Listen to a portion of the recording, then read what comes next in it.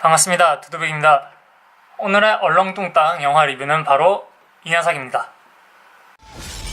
Seriously, what the hell's wrong with you people? We're bad guys. It's what we do.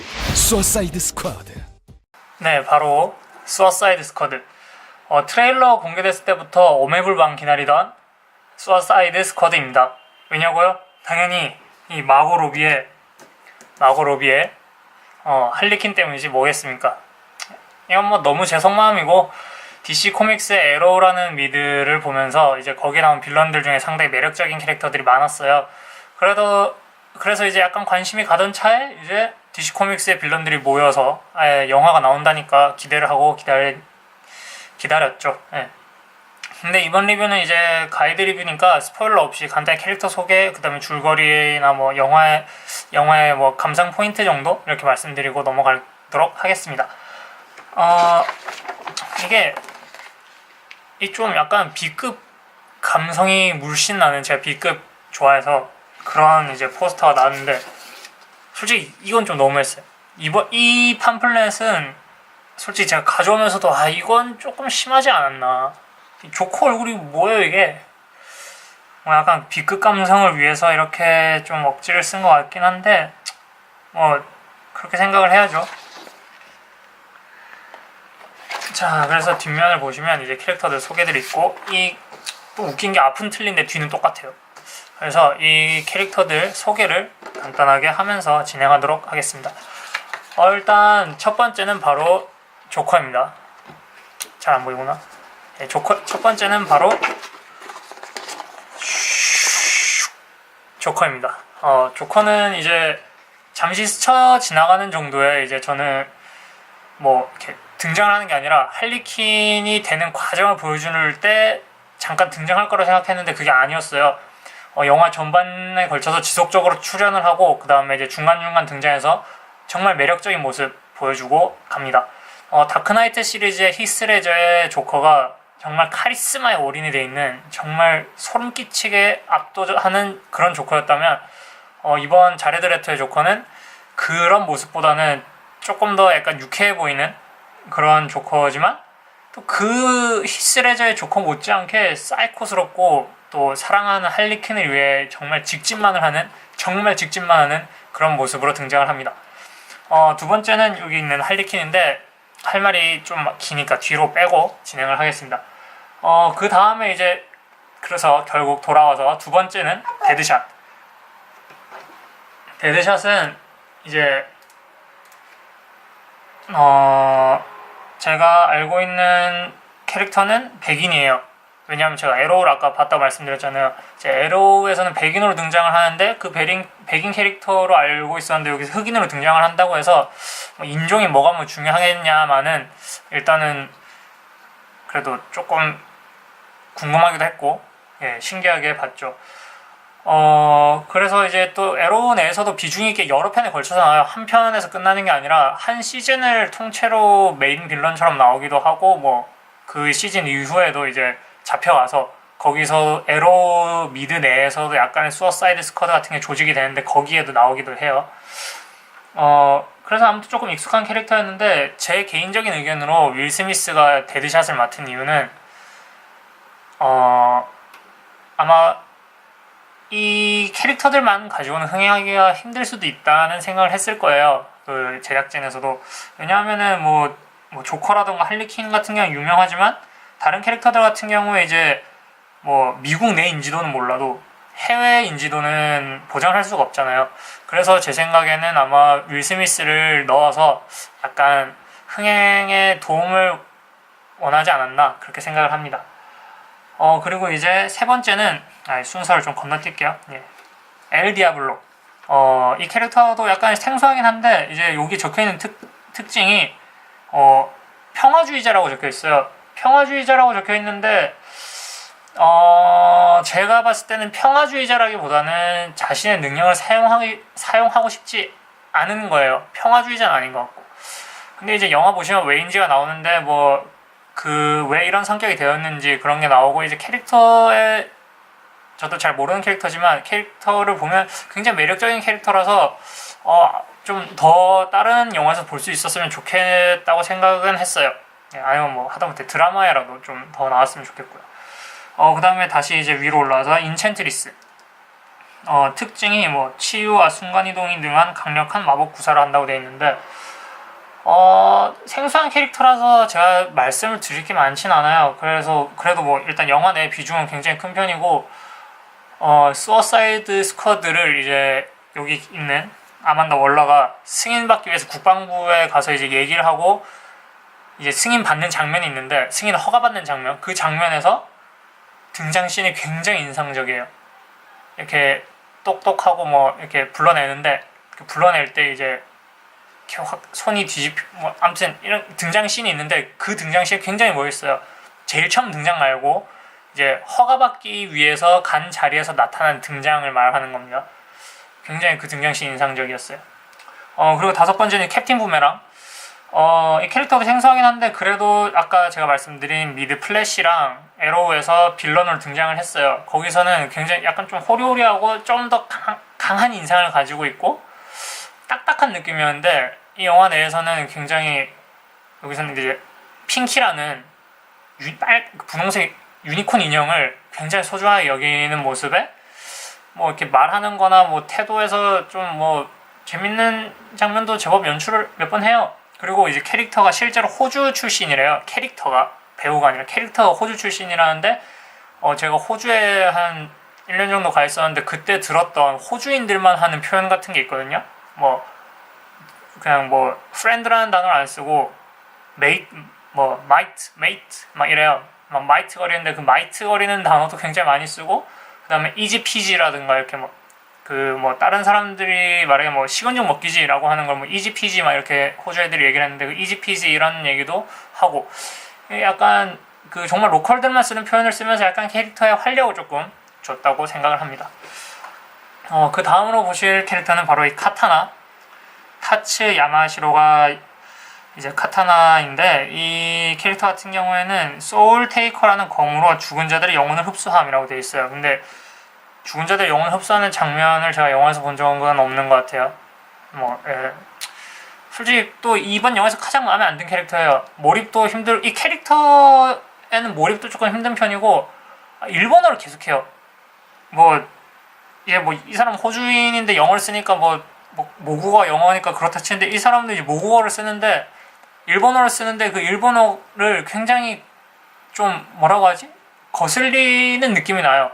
이분은 제가 이제 이분 배우까지는 제가 못 찾아봤어요.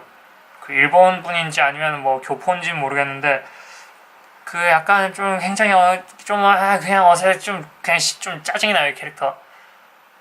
막 일본어를 해대고 알 수 없는 행동도 해대고 또 영화를 보시다가 이제 남편이랑 얘기하는 장면이 나와요. 이제 아마 여러분 대부분이 저게 뭐 하는 짓이냐라고 아마 생각을 하실 거라고 생각을 합니다. 아닌 분들도 계실 수도 있지만 아마 대부분 저 뭐 하는 짓이야 라고 하실 거예요. 그리고 이 사람은 또 빌런도 아니에요. 악당도 아니고 그냥 이제 릭플래그 대대령의 개인 경호원이라는 식으로 등장을 하는데 이게 제가 알기로는 인기가 없는 캐릭터는 아니라고 들었는데 이제 아마 이 수어사이드 스쿼드라는 걸 구성을 하면서 제 생각에는 이제 출연만을 위해서 이제 약간 스토리 라인을 짜다 보니까 그런 것 같은데 아마 피해를 많이 본 캐릭터라고 생각이 듭니다. 죄송해요. 녹화 잠깐 끊겨가지고 아무튼 카타나는 조금 피해를 본 캐릭터라고 생각을 해요. 아마 다르게 좀 제대로 구성을 했으면 훨씬 매력적일 수도 있을 것 같긴 해요. 자, 그 다음에 다음은 크룩. 이제 킬러 크룩이라고 해서 칼러인가? 킬러네요. 킬러 크룩이라고 해서 이제 선천적으로 이제 악어 비늘이 나서 이제 판타스틱 4의 캐릭터라든가 헐크 같은 느낌의 캐릭터죠. 근데 의외로 좀 왜소해요. 키는 커요. 키는 크고 덩치도 작진 않은데 우통을 벗고 달려드는 장면이 있는데 거기서 솔직히 제가 생각하고 상상한 것보다 좀 많이 왜소해요. 어깨가 좀 좁아 보여요. 머리가 너무 커서 그런지 모르겠는데 좀 안타까웠죠. 그리고 활약도 거의 없고 뭐 혼자서 해내는 장면이 아마 거의 없어요. 예. 그리고 디아블로는 아까 했고, 자 이제 8번째 수어사이드 스쿼드 리더 릭 플래그입니다. 스쿼드의 부사령관이고 이 프로젝트의 부사령관이고 스쿼드에서는 리더예요. 그래서 이제 천상 군인이고 대담하고 임무를 수행하는 데 있어서 충성심으로 가득 찬 어떤 임무든 해내는 그런 군인이죠. 더 드릴 말씀은 없는 정말 그냥 군인 중에 군인 캐릭터예요. 릭 플래그의 형은. 그리고 이제 마지막에 있는 슬립낫은 그냥 아실 필요 없어요. 그냥 넘어가요. 이거는 뭐 넘어가셔도 돼요. 왜 넘어가냐라고 하면 영화를 보세요. 어떤 캐릭터인지 보실 수 있습니다. 그리고 이제 다시 맨 처음으로 돌아와서 이제 아만다 월러입니다. 프로젝트를 기획한 장본인이고 실제 프로젝트를 수행하는 사령관인데 정말 피도 눈물도 없이 무시무시한 아줌마입니다. 여기 있는 악당들을 괜히 이 아줌마가 그 프로젝트를 맡아서 지휘하는 게 아니에요. 이 아줌마도 웬만한 캐릭터도 못지않은 좀 무시무시한 캐릭터예요. 자, 그리고 마지막으로 다시 할리퀸으로 돌아오겠습니다. 할리퀸은 이제 조커의 주치였죠. 이제 곧 아캄 수용소에서 주치로 있다가 조커에게 사랑에 빠지고 그다음에 조커의 탈출을 도와주고 조커에 의해서 미치게 되는 정신과 의사죠. 그 장면 있죠. 막 조커가 너를 굉장히 아프게 할 거야 라고 하는 이번 예고편에서 저는 메인 장면을 생각하는 건데 그 장면의 피해자죠, 일종의. 근데 이제 아무튼 그런 과정을 거치면서 조커가 더 사랑에 빠지고 조커와 연인관계로 발전을 하게 되는 캐릭터라서 일단 실제로도 지금 미국 내에서도 인기가 굉장히 많은 편인데 이번에 마고로비가 맡으면서 예고편에서나 이럴 때 너무 섹시하게 나오고 솔직히 좀 너무 이뻐요. 그래서 등장부터 마지막까지 정말 이 영화의 모든 것을 해내는 캐릭터죠. 그래서 이 캐릭터 때문에 보시려는 분들이 많으신데 그럴만해요. 할리퀸 비중이 너무 많아요. 그냥 뭐 좋은 점이면서 나쁜 점이죠. 수어사이드 스쿼드를 할리퀸 때문에 보려고 했는데 할리퀸이 많이 나오니까. 근데 이게 수어사이드 스쿼드가 일종의 비중이 조금 메인 슈퍼맨, 배트맨, 플래시 이런 캐릭터들보다 비중이 작은 캐릭터들이 모여서 이제 하나의 팀으로서 약간 인지도를 높이고 그걸로 이제 역할을 해내는 팀을 꾸렸는데 영화 내내 그냥 할리퀸만 보여요. 그냥 제가 할리퀸이 좋아서가 아니라 그냥 진짜 할리퀸만 보이는데 이걸 뭐 어떻게 해요 내가. 그 할리퀸만 나오는데.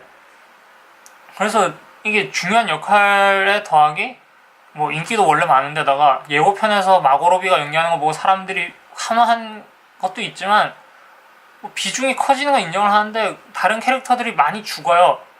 그래서 거의 그냥 캡틴 부메랑이나 카타나 크록은 거의 없는 편에 가까워서 이 세 캐릭터의 팬이 계시다면 약간 실망하실 수도 있어요. 그리고 제가 또 소개하고 싶은 캐릭터 하나 더 있는데 여긴 없는데 이제 GQ라는 캐릭터입니다. 릭 플래그와 함께 일하는 이제 군인인데 용병일 수도 있어요. 근데 제가 알기로는 군인이에요. 군인인데 소개도 안 올라와 있는데 정말 군인으로서 모든 걸 바치는 캐릭터고 아마 제가 알기로 오리지널 시리즈에서는 그래도 GQ라는 캐릭터로 약간 비중이 있다고 들었어요. 그런데 이제 영화 내에서는 이제 따로 다뤄지진 않는 캐릭터인데 그냥 정말 멋진 국가의 모든 걸 바치는 정말 멋진 정말 진정한 군인 캐릭터예요. 죽음을 앞두고도 일초의 망설임 없이 국가를 위해서 자포까지 해낼 수 있는 그런 캐릭터. 정말 영화 내에서 보시면 정말 큰 역할을 해내거든요. 정말 큰 역할을 해내서 어떻게 보면 카타나나 크록 이런 애들보다 훨씬 더 대단한 일을 해내는데 소개한 줄 없고 좀 안타깝긴 한데 진정한 영웅이 아닐까. 이 영화에서 등장하는 유일한 착한 놈? 착한 좀 놈은 그렇고 아무튼 유일한 착한 역할이 아닌가 싶을 만큼 이 캐릭터도 착한 역할을 하지만 이제 원래 악당이잖아요. 그러니까 그냥 진짜 원래 착한 진정한 영웅이 아닐까 생각합니다. GQ라는 캐릭터고 영화 보시면서 좀 주의 깊게 봐주시길 바랍니다. 이제 캐릭터에서 이제 줄거리로 넘어오면 줄거리는 솔직히 크게 드릴 말씀이 없어요. 이 많은 캐릭터를 한 영화에 담는다. 어떨 것 같으세요? 어떤 생각이 드세요? 이게 슈퍼맨 대 배트맨 보셨을 건데 비슷해요. 후속작을 위한 영화 그리고 DC 코믹스의 다음 이제 영화들을 위한 발판이라고 생각을 합니다. 화면 전환도 빠른 편이고 상황에 대한 설명도 부족한 면이 조금 있기도 하고 근데 이런 영화가 항상 그렇듯이 볼거리는 나쁘지 않아요. CG라던가 그 메인 악당 그러니까 이 악당들 말고 진짜 그 영화 중에 안 나쁘게 나오는 악당 같은 경우에도 약간 효과가 멋있어요. 네, 이펙트가 멋있는 편이라서 괜찮았고 한 가지 또 이제 조금 아쉬운 게 이런 영화가 이제 아마 후속편은 안 나올 거예요. 후속편은 안 나올 거고 이제 아마 이번 한 편으로 끝이 날 영화고 한 번에 몰아서 그냥 캐릭터 소개를 한 영화라고 생각이 들어요, 저는. 그래서 다음 DC 코믹스의 이제 영화들에 얘네가 나올 때는 아마 얘네가 조금씩 그 설명을 덜 해도 되는 이제 좀 비중 있게 나올 악당들 미리 꺼내놓은 거라고 생각을 합니다. 볼거리 많고 이쁜 캐릭터도 나오고 하니까 한번 보세요. 돈이 아깝다라는 생각을 하실 수도 있는데 아마 대개는 안 하실 거예요. 대개는 볼만했다? 자기들도 보여주고 싶어서 미치겠다는데 그냥 한번 보셔도 제 생각엔 나쁘지 않을 것 같습니다. 날도 덥잖아요. 시원한 영화관 가서 이제 영화 한 편 보면 2시간 훌쩍 가고 여름이라고 너무 영화관이 시원하니까 영화 가서 보라는 멘트 남발하는 것 같긴 한데 영화관이 시원한 건 맞잖아요. 그게 아니진 않으니까 오늘도 그러니까 그냥 시원하게 영화 가서 영화 한 편 보고 오세요. 오늘도 얼렁뚱땅 영화 리뷰 감상해 주셔서 너무 감사드리고 정확히는 또 들어주신 거지만 좋아요 버튼이랑 구독하기 잊지 말아주세요. 오늘도 감사합니다.